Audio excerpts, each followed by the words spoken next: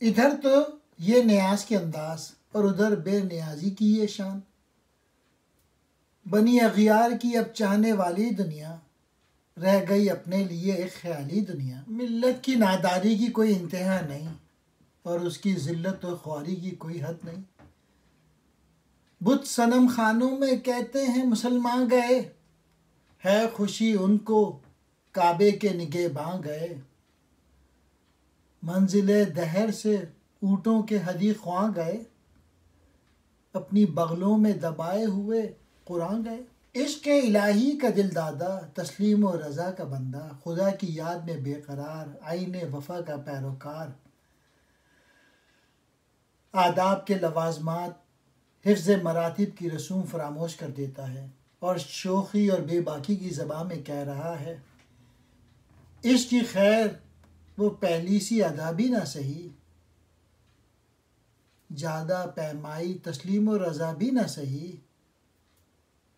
مضطرب دل صفت قبلہ نما بھی نہ سہی، اور پابندی آئین و وفا بھی نہ سہی، کبھی ہم سے کبھی غیروں سے شناسائی ہے، بات کہنے کی نہیں تو بھی تو ہر جائی ہے، زباں کی شوخی تو ظاہر ہے، اللہ جل شانہ کو ہر جائی کہہ دیا، اللہ تعالیٰ کو ہر جائی کہہ دیا۔ حسن و عشق کے مذہب میں شکوے کا مقصد شکایتوں کا مدعا محبوب سے راہ و رسم کا بڑھانا ہوتا ہے۔ ایک جانباز عاشق آئین وفا کا شہد آئی، جب دل ربا کی بے اتنائی سے رقیبوں کی کامرانیوں سے تنگ آ جاتا ہے، اپنی نامرادیوں سے بیزار، اپنی ناکامیوں پر آزردہ اور محبوب تک رسائی حاصل کرنے کا اور کوئی ذریعہ نہیں دیکھتا، تو موقع پا کر شکووں اور شکایتوں کا دفتر کھول دیا۔ علامہ اقبال نے بھی یہاں اسی انداز، اسی مدعا اور اسی مقصد کو ملحوظ رکھا ہے، وہی حسن و عشق کی زبان، وہی عاشقی معشوقی کا طرز بیاں، ویسے ہی شکوے، ویسے ہی شکایتیں، ویسے ہی منشا، اور وہی مطلب کلام میں سختی بھی ہے، جوش بھی ہے، انکساری بھی ہے، ناراضگی بھی ہے، منت بھی ہے، رضا جوئی کی تمنا بھی ہے، اور ہمدردی اور توجہ کی امید میں اغیار کی اقبال مندی اور مسلم کی خستہ حالی کی ہوش ربا تصویر کھینچ کر سر نیاز ادائے ناز کا طلبگار ہے۔ اپنے پروانوں کو پھر ذوق دل افروزی دے، برق دیرینہ کو فرمان جگر سوزی دے، اور اس لیے کہ زمانے کے نشیب و فراز کی ٹھوکریں کھا کر مصیبتیں جھیل کر اب اسے کچھ ہوش آنے لگا ہے، احساس واقعات نے اپنا اثر دکھا دیا اور قوت عمل نے اس کے اندر گدازی پیدا کرنا شروع کی ہے۔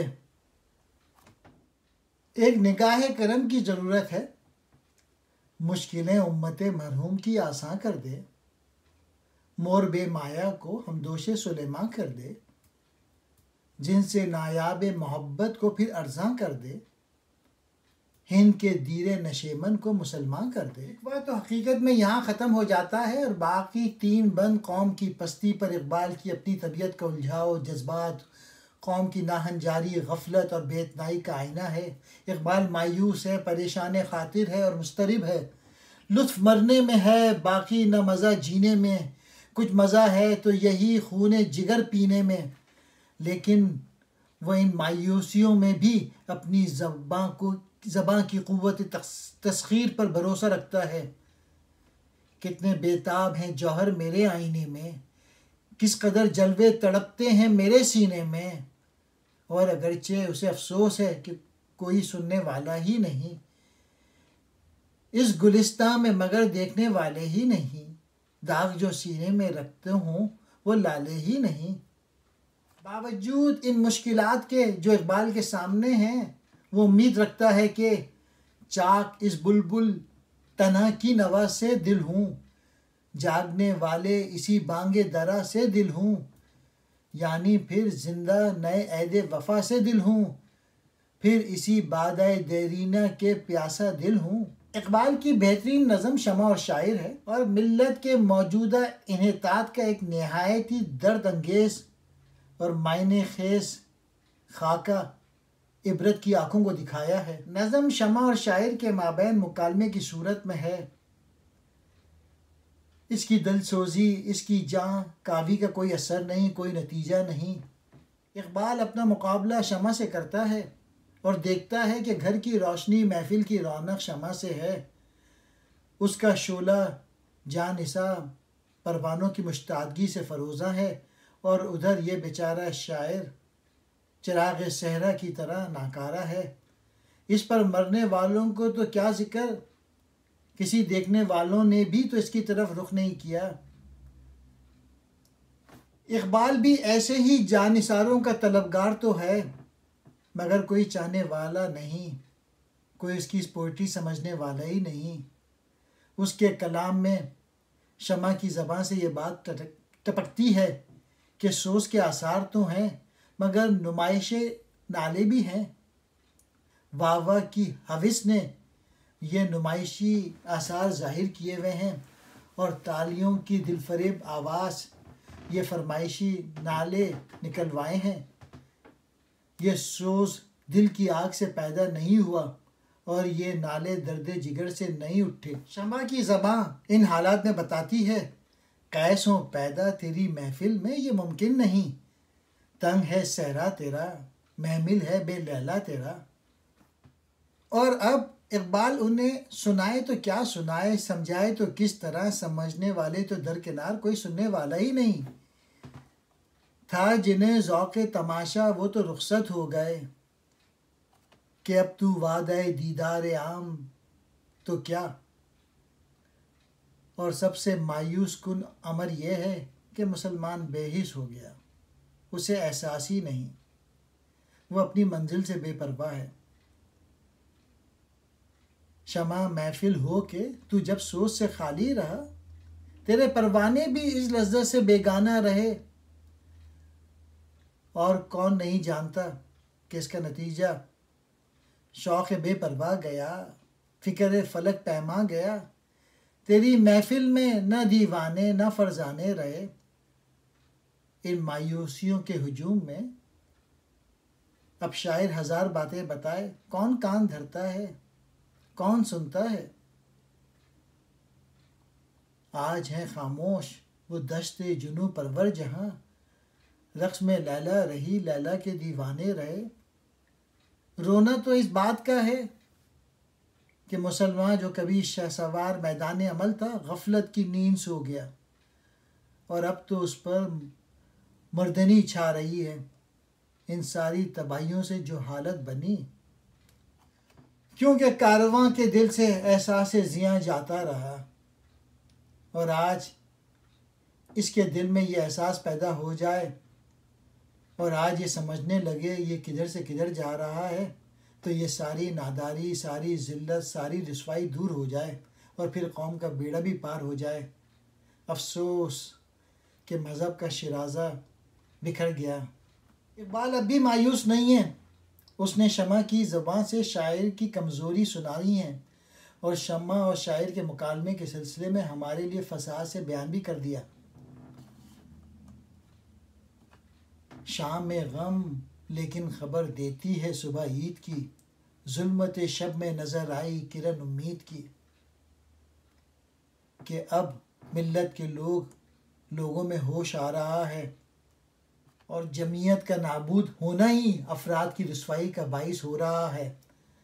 فرد قائم ربط ملت سے ہے تنہا کچھ نہیں، موج ہے دریا میں اور بیرون دریا کچھ نہیں۔ اور پھر اقبال ہدایت کرتے ہیں، پھر کہیں سے اس کو پیدا کر، بڑی دولت ہے یہ زندگی کیسی جو دل بیگانہ پہلو ہوا۔ محبت کی ضرورت دکھاوے کی محبت نہیں، رسوا کرنے اور کرانے والی محبت نہیں، بلکہ وہ محبت جو سچی ہے، محبت جو ہمیشہ کے لیے دل میں گھر بنا لے اور دیکھنے والے کو حیران کر دے۔ کاش ملت اپنی حقیقت سے آشنا ہوتی، اور خودداری اور خود افزائی کے ذوق سے آگاہ۔ اقبال کہہ رہے ہیں یہ نادان ہیں، جانتے نہیں، بے خبر تو جوہر آئینہ ایام ہے، تو زمانے میں خدا کا آخری پیغام ہے۔ اگر لمحے بھر کے لیے یہ سوچیں کہ اس ملت کی اصلیت کیا ہے، اس کی ہستی کا مقصد کیا ہے۔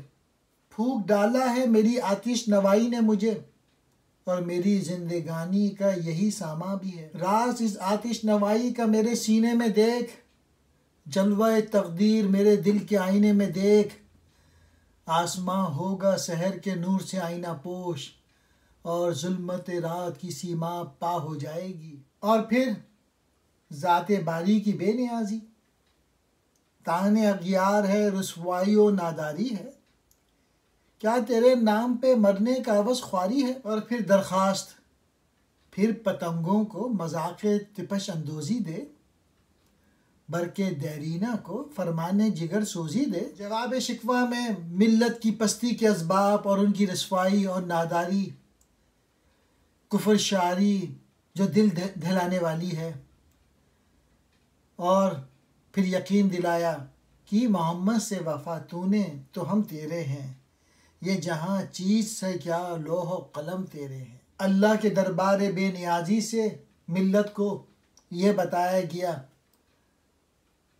اور اقبال ملت جو کہ سوئی ہوئی تھی ان کو جگانے کے لیے ایک سوز کے نغمے چھیڑتا ہے۔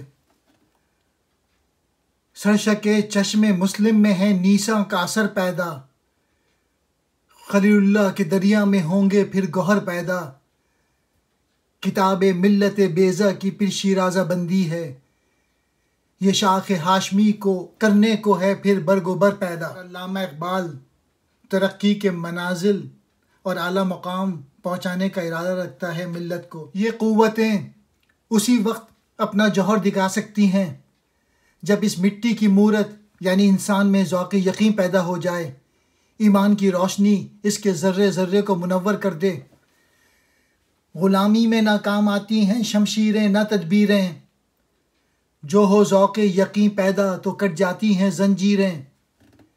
کوئی اندازہ کر سکتا ہے اس کے زور بازو کا، نگاہ مرد مومن سے بدل جاتی ہیں تقدیریں۔ اور اقبال سمجھاتا ہے جہاں میں اہل ایمان صورت خورشید جیتے ہیں، ادھر ڈوبے ادھر نکلے، ادھر ڈوبے ادھر نکلے۔ یقین افراد کا سرمایہ تعمیر ملت ہے، یہی قوت ہے جو صورت گر تقدیر ملت ہے۔ اور ہر ایک مرحلے پر عمل کی تلقین بھی ہے، عمل سے زندگی بنتی ہے جنت بھی جہنم بھی۔ یہ خاکی اپنی فطرت میں نہ نوری ہے نہ ناری ہے، انسان کی اپنی ذات کے اندر وہ طاقتیں ہیں جو اپنی دنیا آپ بنانے پر قادر ہے، چاہے تو بدل ڈالے حیت چمنستاں کی۔ یہ ہستی دانا ہے، بینا ہے، توانا ہے۔ علامہ اقبال نے اس سنسنی اور تڑپ میں ممکنات زندگی کے جوہر دیکھے ہیں، اور ان ہنر سے انہیں چمکانے کا سامان پہنچانے کی کوشش کی ہے۔ اپنی اصلیت سے ہو آگاہ اے غافل کہ تو قطرہ ہے، لیکن مثل بحر بے پیاں بھی ہے، کیوں گرفتار طلسم ہیچ مقداری ہے تو۔ دیکھ تو پوشیدہ تجھ میں شوکت طوفاں بھی ہے، سینہ ہے تیرا امی اس کے پیام ناز کا، جو نظام دہر میں پیدا بھی ہے پنہاں بھی ہے۔ کلام اقبال شروع سے لے کے آخر تک پیغام عمل سے گونج رہا ہے۔ مسلم خواب دیدہ اٹھ، ہنگامہ آرا تو بھی ہو، وہ چمک اٹھا افق گر میں تقاضا تو بھی ہو۔ غفلت کی نیند سے اٹھ اور محنت کر، اسٹرگل کر، جستجو کر۔ اور جواب شکوہ میں یہی پیغام خدائی آواز سے پہنچایا گیا، کوئی قابل ہو تو ہم شان کئی دیتے ہیں، ڈھونڈنے والے کو دنیا بھی نہیں دیتے ہیں۔ بے تاب کیوں؟ ہمارے فلسفی شاعر ہمیں بتاتے ہیں یہی بے تابی زندگی ہے۔ اگر بے تابی نہ ہو تو زندگی کا خاتمہ ہے اور موت یقینی ہے، اور یہی نتیجہ نکالا۔ بے تاب ہے اس جہاں کی ہر شے، کہتے ہیں جسے سکون نہیں ہے، جنبش سے ہے زندگی جہاں کی، یہ رسم قدیم ہے یہاں کی۔ زندگی کا اصول کشاکش، محنت، مشکلیں برداشت کرنا، اور زندگی میں دھکم دھکا گتھم گتھا ہونا، اسے گرایا اسے پٹکا یا ٹھوکر کھائی. پھر کہتے ہیں جو اس حقیقت سے نا آشنا ہو کہ اس راہ میں مقام بے محل ہے، پوشیدہ قرار میں اجل ہے. چلنے والے نکل گئے ہیں، جو ٹھہرے ذرا کچل گئے ہیں. عمل ہمیں بتایا گیا ہے، آئین قدرت ہے. جو ہے راہ عمل میں گامزن محبوب فطرت ہے.